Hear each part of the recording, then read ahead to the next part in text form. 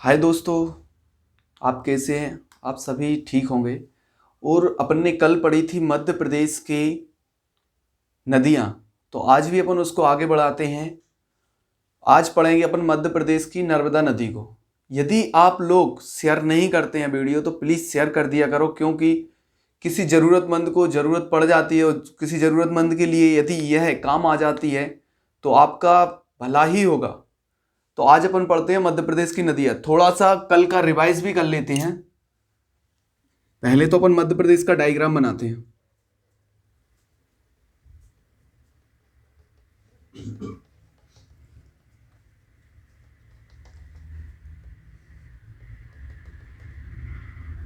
ये अपना मध्य प्रदेश का डायग्राम बन गया। ठीक है, आज अपन क्या पढ़ रहे हैं? मध्य प्रदेश की नदियां। अब मध्य प्रदेश की अपन नदियों के अंतर्गत जब अपन ने देखा था तो मध्य प्रदेश में कितने अपवाह तंत्र थे? तो छह अपवाह तंत्र। छह अपवाह तंत्र कौन? दो शाखाओं के अंतर्गत आते थे। पहली शाखा कौन सी थी? तो पहली थी अपनी खंबात की खाड़ी। और दूसरी थी अपनी बंगाल की खाड़ी। बंगाल की खाड़ी।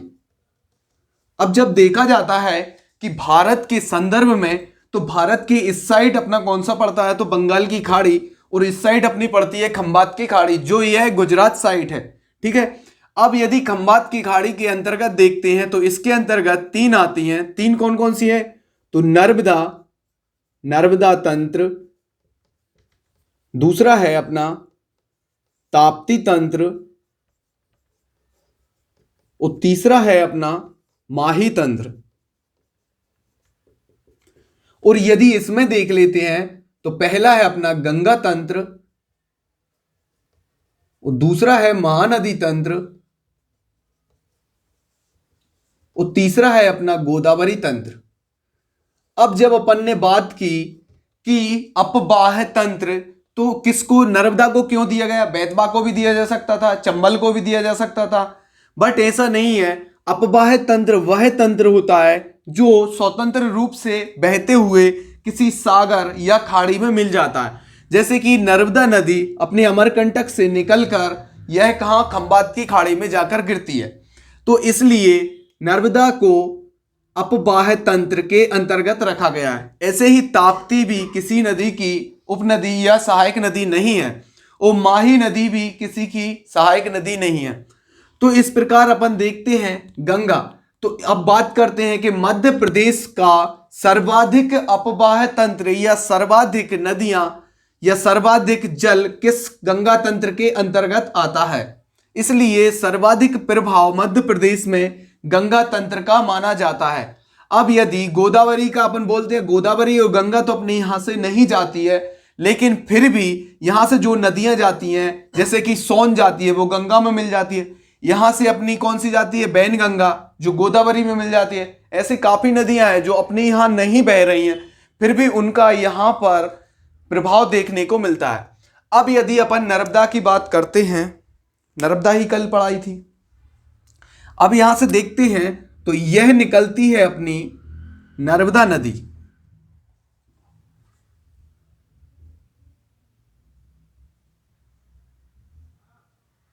नर्मदा नदी निकलते हुए यहां खंबात की खाड़ी में गिरती है। अब यह गंगा नदी कहां से निकलती है? तो यह निकलती है अमरकंटक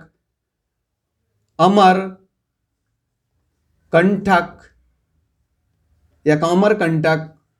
कहां? अमरकंटक किस जिले में है? तो यह है अनूपपुर जिले में है। और यह कौन सी पहाड़ी में है? तो यह है अपनी मैकाल श्रेणी या मैकाल पर्वत। अब जब आपने यहां से पढ़ा था सतपुड़ा में यहां लास्ट पे कौन सी थी? तो अपनी थी मैकाल पर्वत। तो मैकाल पर्वत के लास्ट पॉइंट अमरकंटक से कौन सी नदी? नर्मदा नदी बहती है। अब नर्मदा की अपन ने कल भी बात की थी कि यह कौन कौन से जिले से, तो यह है शहडोल, शहडोल, अनूपपुर, डिंडोरी, जबलपुर, सिवनी, नरसिंहपुर, होशंगाबाद,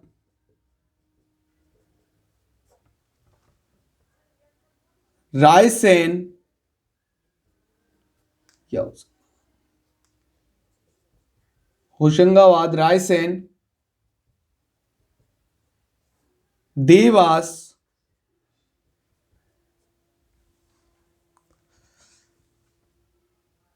खंडवा, यहां थोड़ा इस साइड ही आ जाएगा,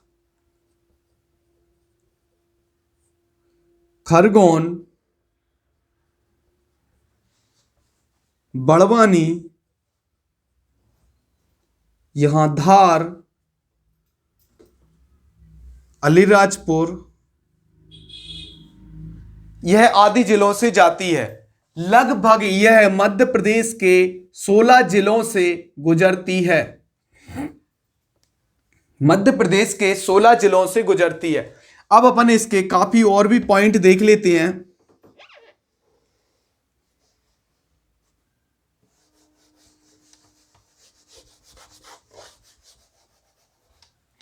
यदि मध्य प्रदेश में नर्मदा की बात की जाए,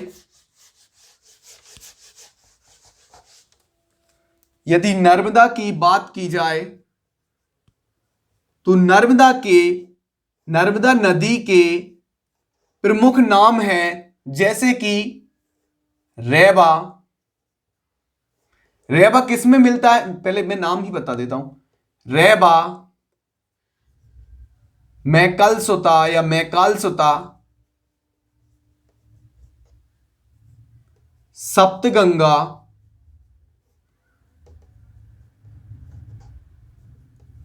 अमरकंटक, अमरकंठी, अमरकंठी, संकरी,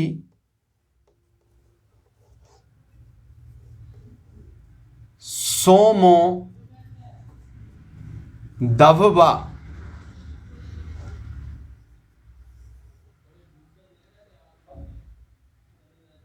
संकरी। ठीक है, एक ही अपना नर्मदा। अब यदि बात करते हैं तो रेवा का नाम मिलता है ऋग्वेद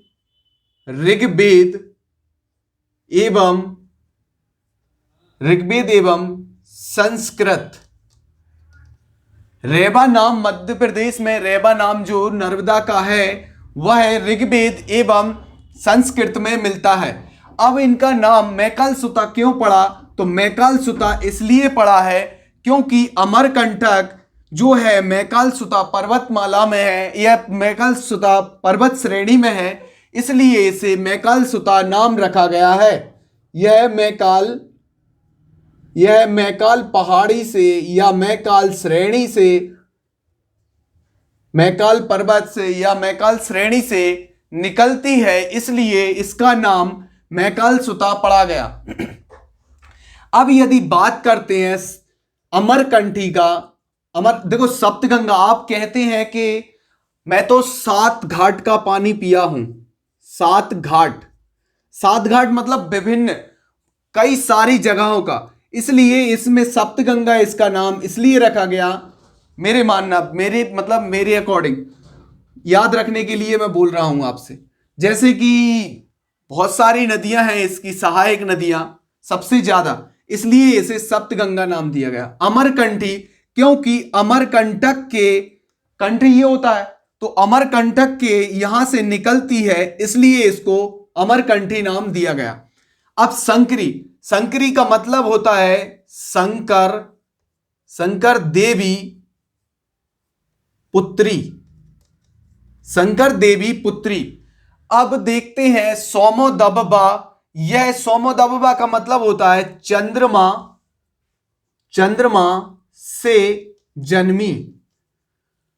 सोमोदभवा का मतलब होता है चंद्रमा से दबवी, चंद्रमा से जन्मी। अब यदि इसको नाम देखें चंद्रमा से जन्मी, क्यों? क्योंकि मैकाल सुता जो पर्वत, मैकाल सुता श्रेणी थी, मैकाल सुता जो श्रेणी थी, मैकाल सुता श्रेणी अर्धचंद्राकार आकार की थी, इसलिए इसे अपन चंद्रमा से जन्मी मानते हैं। और नर्मदा तो आपका नाम पता ही है। यदि हम मध्य प्रदेश की नर्मदा नदी की बात करते हैं तो इसको मध्य प्रदेश की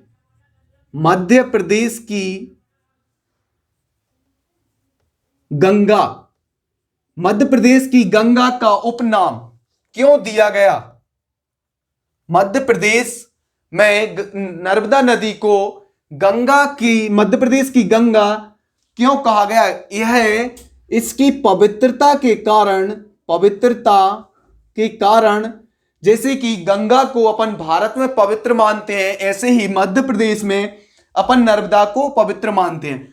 तो यह भारत की गंगा नदी के नाम पर ही इसको मध्य प्रदेश की गंगा नाम दिया गया।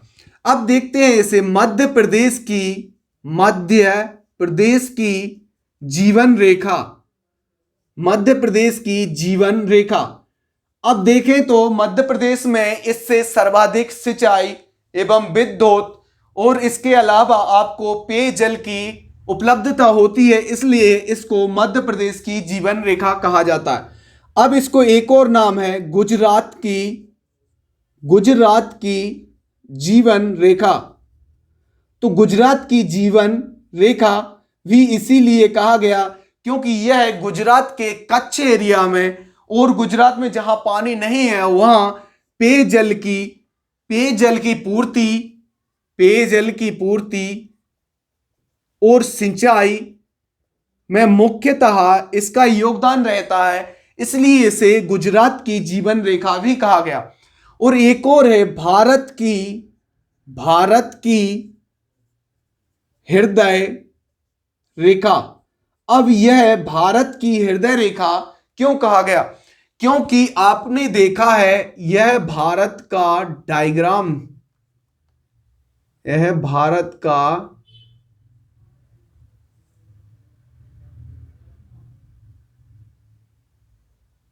ये सपोज थोड़ा बन गया है, ये अपना मध्य प्रदेश, इसकी जो मध्य में स्थिति होती है और ये निकलती है मध्य प्रदेश में नर्मदा नदी। तो यह देखा जाता है कि मध्य प्रदेश को क्या कहा गया था? हृदय प्रदेश। अब जब हृदय प्रदेश कहा गया था तो यह मध्य प्रदेश की जीवन रेखा है और यहां भारत की हृदय रेखा, क्योंकि यह हृदय में से निकलती है, मध्य प्रदेश हृदय प्रदेश, और हृदय प्रदेश में से यह निकलती है, तो यह भारत की हृदय रेखा भी कहा जाता है। अब अपन देखते हैं, थोड़ा डायग्राम हटा देता हूं।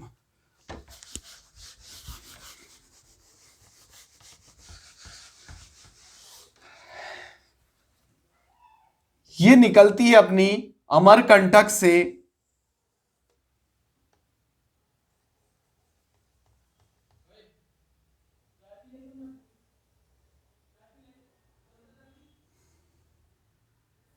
ठीक है।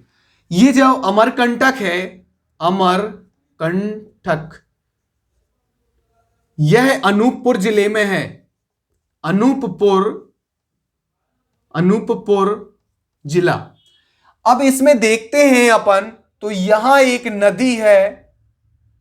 यह कौन सी नदी है? तो यह नदी है अपनी थाबर। यह है थाबर और यह नदी है जो वह है बंजर। यह थाबर और दूसरी है बंजर और इसके आगे नदी है सेर। यह कौन सी नदी है? तो यह है सेर। और यहां आगे चलते हैं तो यह नदी है सहायक नदी, कौन सी? सक्कर। थाबर, बंजर, सेर, सक्कर। और यहां ऊपर देखते हैं शक्कर और तवा के बीच, तो यह है अपनी नदी हिरण। हिरण। और यहां है अपनी, आगे चल के आते हैं तो तवा, और थोड़े आगे ये छोटी तवा, तवा छोटी तवा, और यहां ऊपर यदि देखते हैं तवा और छोटी तवा के बीच में, तो यह है बारना।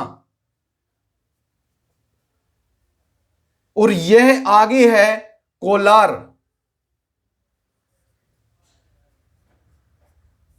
और आगे देखते हैं तो यह है चोरल।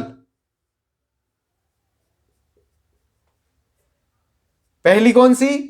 थावर, बंजर, शेर, शक्कर, तवा, छोटी तवा, और इसके बाद है सुक्ता, सुक्ता, कुंडा या कुंदा, कुंडा या कुंदा, गोई। यह आपकी सर्व प्रमुख नदी है। चोरल के बाद है यहां, ये लगभग मानधार में, हिरण, बारना, कोलार, चोरल, मान और हथनी। हथिनी। तो आपका देखो, पहला आपको थाबर, थाबर किसमें? बंजर में मिलती है, फिर भी थाबर को नर्मदा की सहायक नदी माना जाता है। थाबर, बंजर, शेर, शक्कर, तवा, छोटी तवा, सुक्ता, कुंडा, गोई। और यदि यहां देखते हैं हिरण, बारना, कोलार, चोरल, मान, हथनी, यह आपको सर्व प्रमुख नदियां हैं इसकी सहायक, इसलिए मैंने आपको लिखवाया है। यह पूछ लेता है कि मध्य प्रदेश में नर्मदा की उत्तर साइड की कौन सी सहायक नदी है या नहीं है। यदि आपसे पूछता है कि नहीं है, तो आपको फर्स्ट ऑप्शन दे देगा, उत्तर साइड की बोल रहा हूं, नॉर्थ साइड, जैसे फर्स्ट दे देगा कोलार, दूसरे दे देगा बारना, तीसरा दे देगा हिरण, और चौथा दे देगा आपको, इसमें से कोई सी भी दे सकता है, जैसे सुक्ता दे दे, सुक्ता। तो जब आपको यह तो पता है कि सुक्ता, कोलार, बारना, हिरण यह सब नर्मदा की सहायक नदियां हैं, बट आपको यह पता नहीं है इसमें उत्तर साइड की ये तीनों नदियां हैं और यह दक्षिण साइड की नदी है, तो इसलिए इसका आंसर अपना दक्षिण, सुक्ता नदी है दक्षिण की। उत्तर का पूछा, उत्तर की नहीं है, यह तो है उत्तर की, यह भी है, यह भी है, बट यह सुक्ता नहीं है, इसलिए आंसर अपना सुक्ता नदी हो जाता है। इसलिए आपको इसकी स्थिति याद रखना है, थाबर, बंजर, शेर, शक्कर, तवा, छोटी तवा, सुक्ता, कुंडा, गोई। आप तो ऐसे याद कीजिए, थाबर, बंजर, शेर, शक्कर, तवा, छोटी तवा, सुक्ता, कुंडा, गोई, और इसके अलावा ऊपर हिरण, बारना, कोलार और चोरल, मान और हथनी। ठीक है। अब यदि देखते हैं तो यह तवा और नर्मदा के संगम को कहते हैं बांद्राभान। तवा और नर्मदा के संगम को कहते हैं बांद्राभान।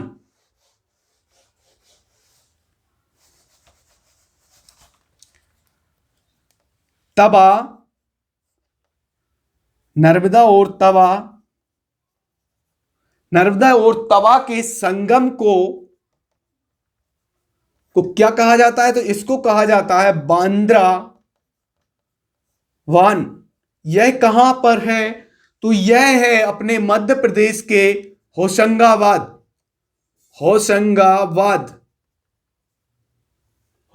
में। ठीक है। अब यदि अपन मध्य प्रदेश की और भी बात की जाए नर्मदा की, तो इसको मैं पहले साफ करता हूं।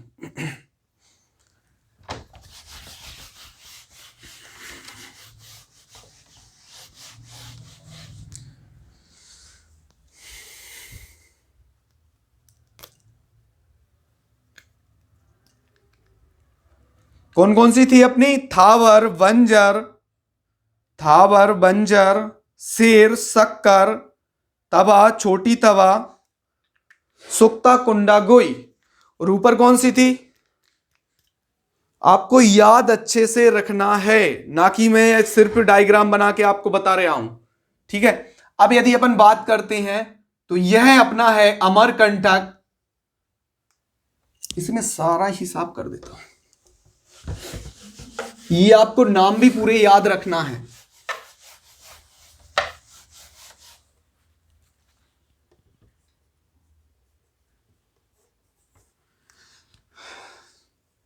यह है अपना अमरकंटक,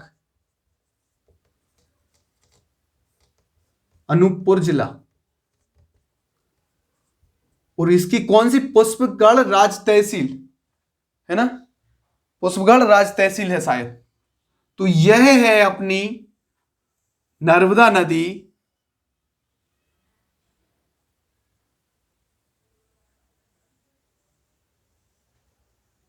यह है वृक्षाभ। वृक्षाभ, वृक्षाभ आकार बनाती है वृक्षाभ।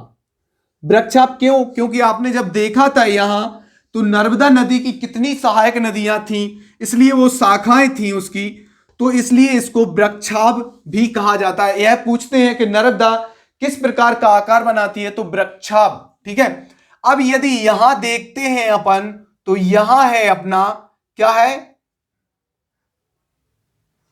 यहां अपना है सावित्री सरोवर। सावित्री सरोवर। यहां पर ही है अपना एक और पुष्कर सरोवर। पुष्कर सरोवर। और तीसरा है यहां कबीर सरोवर। कबीर सरोवर। यह तीनों सरोवर अपने अनूपपुर जिले में है। यह तीनों सरोवर अनूपपुर जिले में है। देखो, आपसे पूछ लेता है यदि मध्य प्रदेश में कि कबीर सरोवर किस नदी पर है, तो आप क्या बोलते हैं? आउट ऑफ सिलेबस आ गया, ये तो हमने पढ़ा ही नहीं। आपने एक बुक पढ़ी है, आपने 10 बुक नहीं पढ़ी है।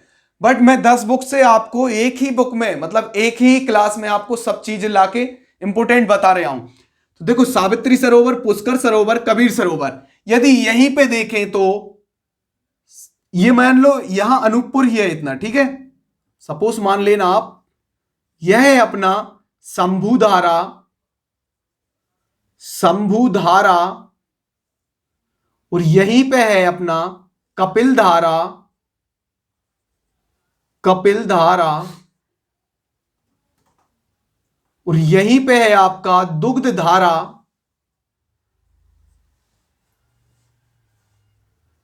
देखो, अब मैं बताऊं आपको, आपने दुग्ध धारा तो 100% लोगों ने पढ़ा है। यदि आपका एक एग्जाम होता है जिसमें बच्चे सारे बैठते हैं लाखों की संख्या में, तो 100% लोगों ने कपिल धारा दुग्ध धारा पढ़ा है। ठीक है, तो वह तो 100 ही नंबर, सब 100% ही आंसर देंगे। यदि कपिल धारा पूछता है तो कपिल धारा भी 99% लोगों ने देखा है या पढ़ा है, याद किया। तो यह भी सब बताएंगे।